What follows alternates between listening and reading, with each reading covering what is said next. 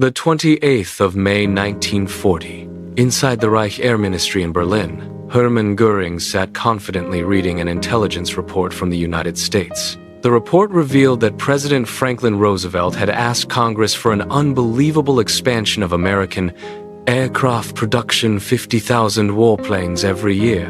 Göring laughed openly. To the Nazi leadership, the idea sounded ridiculous. America had produced only a few thousand military aircraft the previous year, and most Americans still wanted peace, not war. Göring mocked the Americans, saying automobile factories could never suddenly become aircraft factories. In his mind, war production required strict military discipline, not democracy and consumer industry. But what he didn't understand was that across the Atlantic, the United States was already preparing for the greatest industrial transformation in human history. At the center of this transformation stood a Danish immigrant named William Knudsen. He had once been the president of General Motors, one of the largest companies in America. When Roosevelt asked him to help prepare the nation for war, Knudsen accepted immediately, working for only $1 a year. He believed America's true strength was not its army, but its factories. Car factories already knew how to mass-produce complex machines at incredible speed. Knudsen's plan was simple but revolutionary. Used the same assembly line system that built automobiles to build warplanes. At the time, many experts believed such a transformation was impossible. Aircraft were complicated machines requiring precision engineering, while cars were produced quickly in massive numbers. But Knudsen believed American industry could do both. The transformation began almost immediately. Huge automobile companies like Ford, General Motors, and Chrysler started converting their factories for war production. Boeing expanded its aircraft plants in Seattle. Douglas Aircraft hired thousands of new workers. Across the country, giant new factories appeared almost overnight. By late 1941, American factories were producing over 2,000 military aircraft every month. The arsenal of democracy, as Roosevelt called it, had awakened. Yet Nazi Germany continued underestimating America. German intelligence officers repeatedly warned Hitler and Göring that American industrial production was reaching dangerous levels. But those warnings were ignored. Nazi ideology blinded them. Hitler believed Americans were weak, divided, and incapable of sacrifice. He saw the United States as a nation obsessed with comfort and consumer goods. Even more shocking to the Germans was the growing number of women entering American factories. When Luftwaffe intelligence reported that women were building aircraft, Nazi officials mocked it as a sign of desperation, but they completely misunderstood what was happening. By 1943, women made up a massive percentage of aircraft factory workers. They assembled engines, installed instruments, inspected equipment, and riveted bomber frames with incredible precision. Instead of weakening production, the inclusion of women made American factories even stronger. The greatest symbol of America's industrial power was Ford's Willow Run factory in Michigan. Built on empty farmland, it became the largest factory in the world under one roof. The assembly line stretched for nearly a mile. Ford promised something unbelievable. One B-24 Liberator bomber would roll off the line every single hour. At first, the project looked like a disaster. Early bombers had serious defects. Production delays were everywhere, and critics mocked the factory, calling it, "Will it run?" But Ford engineers refused to quit. They redesigned the production process, divided the bomber into thousands of smaller components, and introduced advanced assembly line techniques. Slowly, production increased month after month.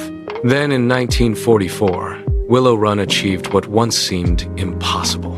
A fully armed B-24 bomber rolled off the line every 63 minutes, 24 hours a day. One American factory was now producing more bombers than some entire countries. German pilots soon realized the terrifying truth. During the air war over Europe, no matter how many American bombers they shot down, more kept coming. Massive formations of B-17 Flying Fortresses and B-24 Liberators filled the skies from horizon to horizon. And behind them came long-range P-51 Mustang fighters escorting the bombers deep into German territory. By 1944, America was producing aircraft faster than Germany could destroy them. The numbers were devastating. The United States produced over 96,000 aircraft in a single year, more than Germany would produce during the entire war. The conflict had become a battle of industrial mathematics, and Germany was losing badly. As Allied bombing campaigns intensified, Germany tried desperate solutions. Factories were moved underground into tunnels and caves. Thousands of slave laborers were forced to build aircraft in horrific conditions.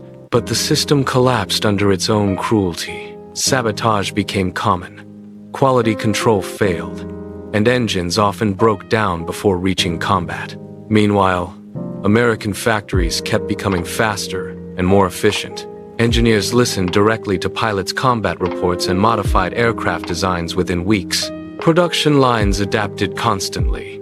Germany simply could not match the flexibility and speed of American industry. By the time of D-Day in June 1944, Allied air superiority was overwhelming. More than 11,000 Allied aircraft supported the invasion of Normandy, while Germany could launch only a few hundred. The Luftwaffe was slowly being destroyed, not just in the skies, but in the factories. America's industrial power had become unstoppable. When Germany finally surrendered in 1945, Hermann Göring was captured by American soldiers.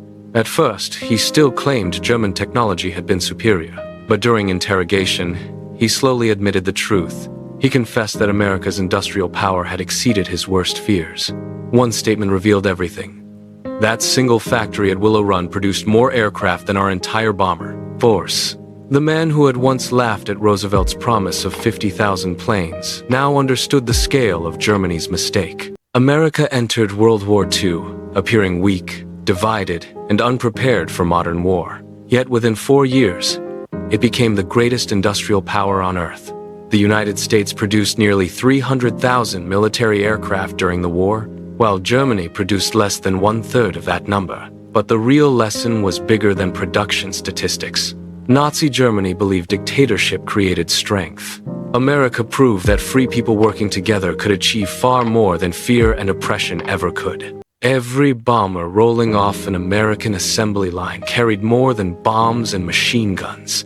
It carried the power of factories, workers, engineers, immigrants, women, and ordinary citizens united for a common purpose.